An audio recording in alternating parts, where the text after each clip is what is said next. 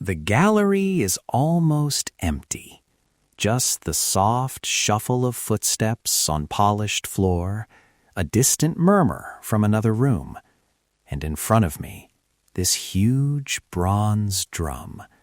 It sits there like a sleeping animal, dark, cool metal, a wide, flat top that catches the light.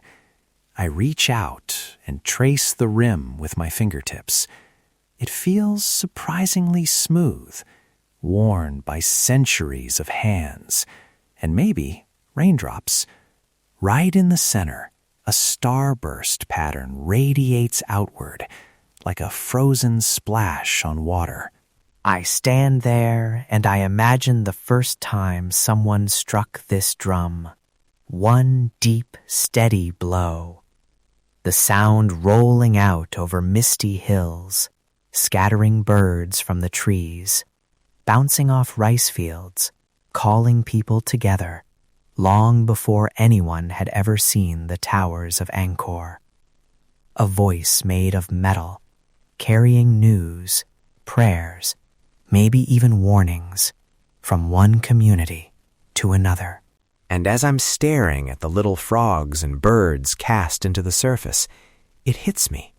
This isn't just an object in a glass case. It's a storybook, a map, and a musical instrument all at once. A kind of bronze memory of early Cambodia, still humming quietly if you know how to listen. Welcome back to Ancient Echoes, where every episode we journey through time and tradition to celebrate Cambodia's rich heritage. I'm your host, James Bradley, and today we're stepping back before Angkor's stone temples, to a time when bronze drums were some of the loudest, proudest voices in the landscape. And I'm your co-host, Samnang Bradley. James, I love how you describe that drum as a sleeping animal. Growing up, I remember my grandparents talking about old metal drums in the countryside like they almost had a spirit, calling the rain, calling the village, calling the ancestors. These bronze drums are older than most of the stories we tell about Angkor, but in a way, they set the rhythm for everything that came after. Exactly. Today, we're exploring what I like to think of as voices before stone.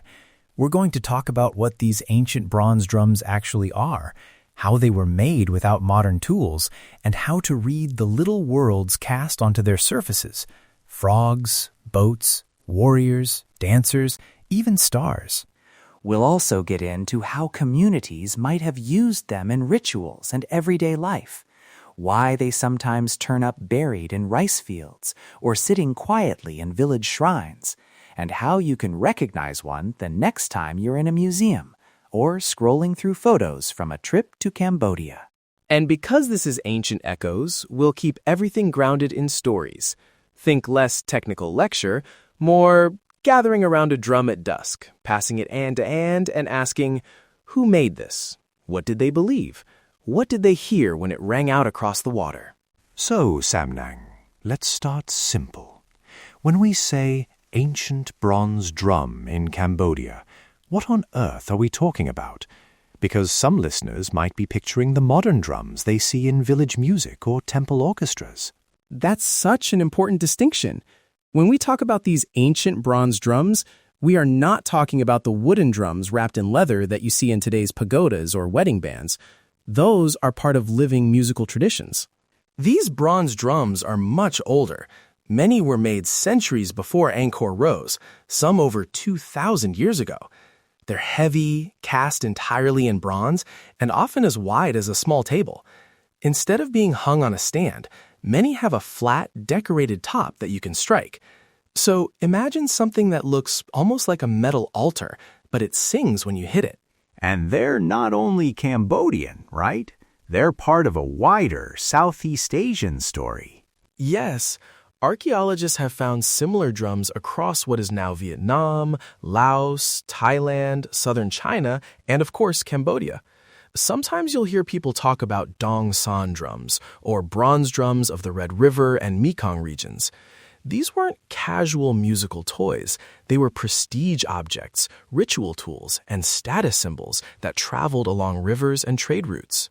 If you imagine early Khmer communities, rice farmers on the plains, traders along the riverbanks, highland groups in the hills, these drums connected them. The sound could carry over water and fields. When one village struck the drum, people in another valley might hear the echo and know something important was happening.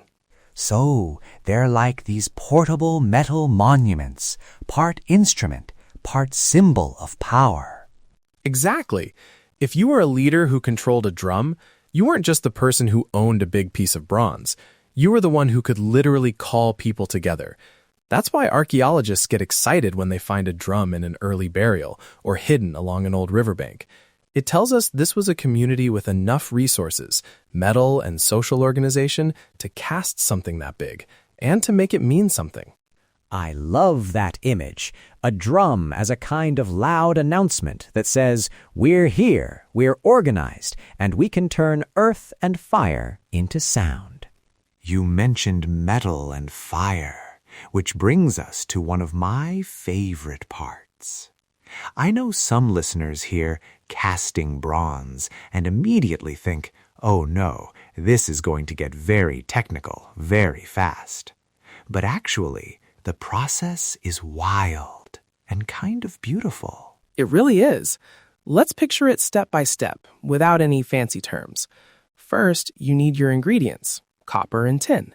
These might come from different regions, maybe copper from one set of hills, tin from another, brought together through trade or long journeys on foot and by boat. Then you have clay, lots of clay. Craftspeople would shape a big clay core, like a rough sculpture of the drum's body. Over that, they'd build a very detailed clay skin with all the patterns, the frogs, the star, the boats, the dancers. Think of it like decorating a very fancy clay cake.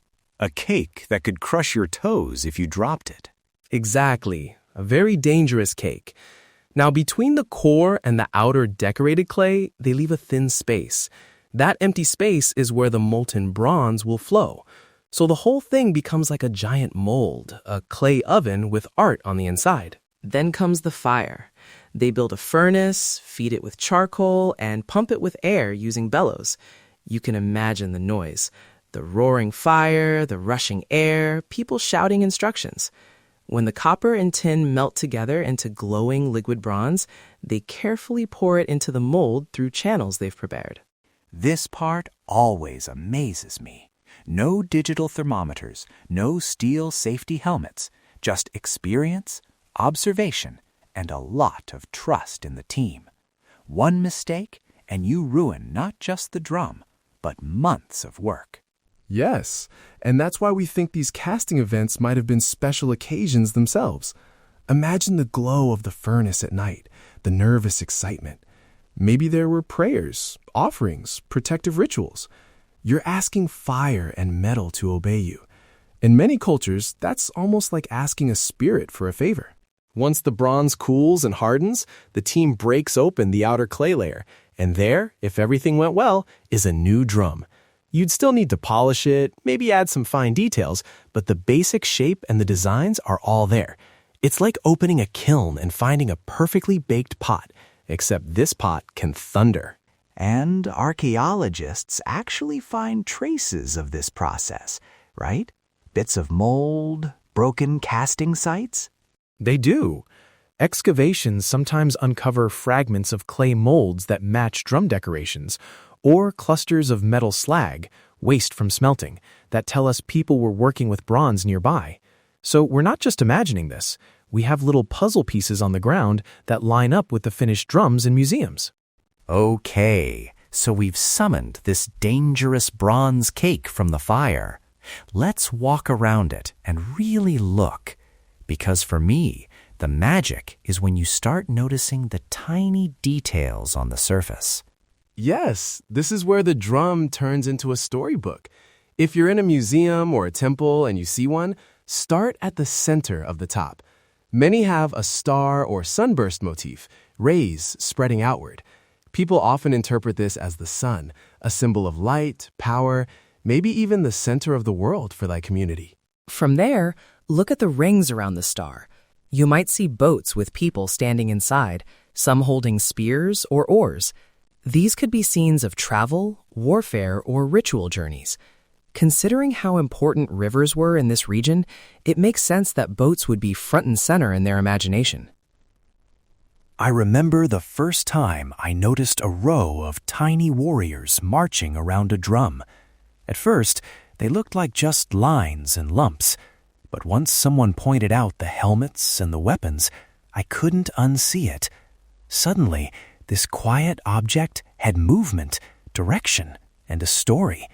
Maybe of a procession, maybe of ancestors, maybe of a myth we've forgotten. And then there are the animals. Frogs are particularly famous. You might see them perched on the top or along the edge. In many parts of Southeast Asia, frogs are strongly connected to rain. They croak loudly when the rains are coming. So a drum with frogs might be linked to rain-making rituals or prayers for a good harvest. So, if you're listening right now and you're picturing a drum with frogs and boats and stars, you're basically holding a little weather report, a festival schedule, and maybe a myth, all stamped into bronze. Exactly. Birds can also appear, sometimes in flight, sometimes perched. They might represent messengers or freedom, or just the animals people saw around them every day. Dancers show up too, in some drums, their arms raised, feet spread, almost like they're frozen mid-step in a circle around the star. That could be a real dance, or a symbolic one, or something in between. Now, I want to be honest with our listeners. Some of these interpretations are quite strong. We have good cultural parallels and context. Others are still debated among scholars. We don't have a written manual from 2,000 years ago saying, this frog means exactly this. So we balance evidence, comparisons, and a bit of humility. And that humility is important. I think there's a temptation to want a perfect answer. The frog equals rain. The boat equals war. The star equals the king.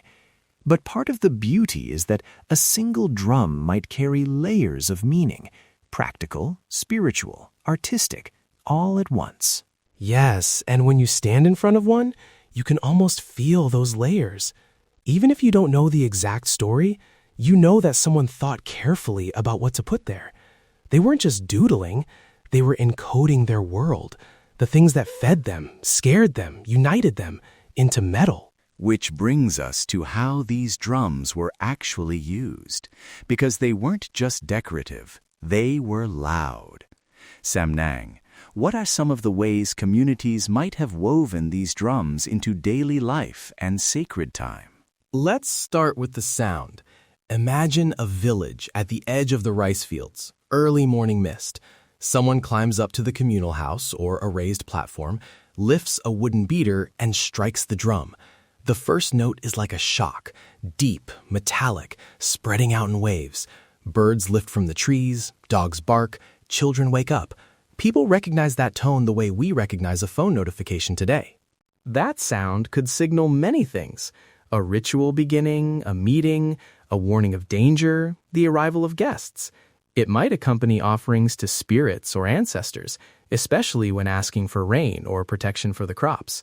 Some drums may have been used in processions, carried or wheeled out, then struck at key moments as people moved together. And these ideas aren't just abstract. A lot of Khmer folktales, and really stories from across the region, talk about magic drums. There are tales of drums that call the rain, or that make enemies flee, or that can't be stolen because they cry out when someone touches them. Yes, in some Cambodian stories, a drum will sound by itself as a sign that something important has happened. A birth, a death, a broken promise.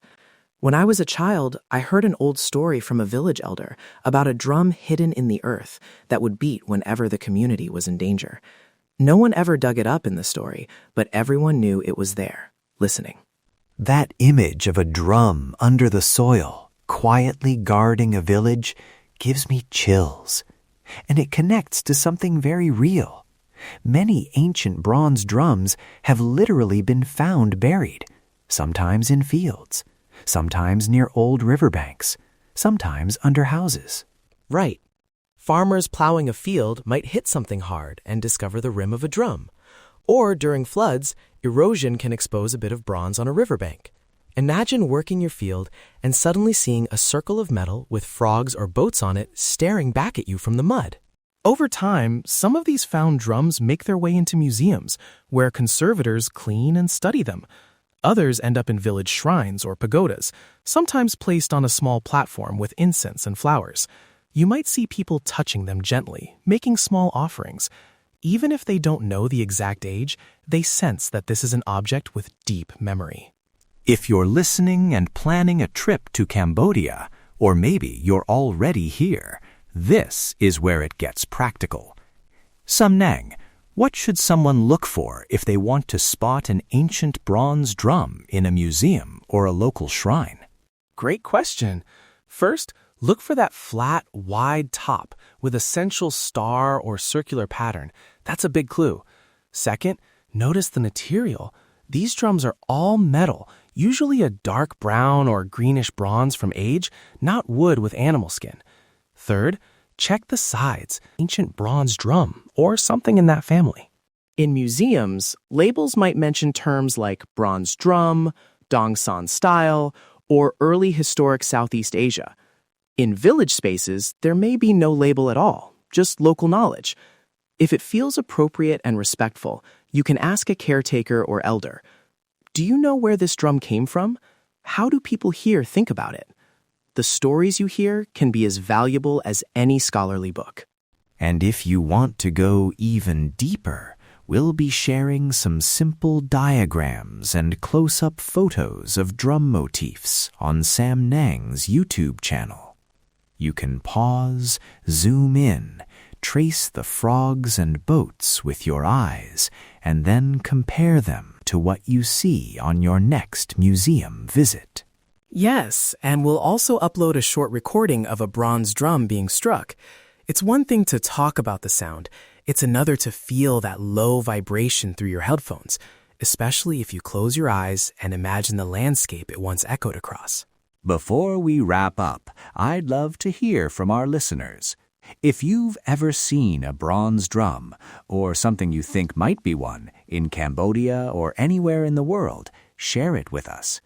Maybe it was in a big national museum, maybe in a small village shrine, maybe just a mysterious object in a photo from your travels. You can post a photo or even a sketch on social media and tag Ancient Echoes and tag Samnang's channel as well. Tell us where you saw it and what you felt standing in front of it. Did it seem powerful, quiet, strange, familiar? We'd love to feature some of your stories in a future episode. And if you're part of the Khmer diaspora, especially, I'd be so interested to hear how it feels to meet these very old pre-Angkor objects. Do they change the way you think about Cambodian history as something that didn't start with stone temples, but with metal, river journeys, and drums calling across the hills? So, as we step back from our imaginary drum in the museum gallery and let the glass case close, what stays with me is this. These bronze drums are bridges. They bridge metal and myth, sound and silence, river routes and rice fields, the past and the present. They remind us that long before Angkor's towers rose, communities here were already experimenting, trading, creating, and telling stories in bronze. Every frog, every boat, every starburst is a clue to how people understood their world and how they wanted to be remembered. And they invite us to listen differently. The next time you hear a drum, or even a distant thunderstorm, maybe you'll think of those early Khmer artisans pouring glowing metal into clay molds, hoping that when the drum finally spoke, it would carry their hopes farther than their voices could reach. Thank you for circling around the drum with us today on Ancient Echoes. If you enjoyed this journey into Cambodia's deep past, make sure you follow or subscribe on your favorite podcast platform so you don't miss future episodes. And truly, we'd love to see your photos, sketches, or reflections. Share them on social media and tag the show. And check out Samnang's YouTube channel for those close-up motif guides and that bronze drum recording. Next time, we'll be shifting from bronze and river routes to another layer of Cambodia's heritage, but still listening for the echoes between past and present. Until then, let's unlock the echoes of history together.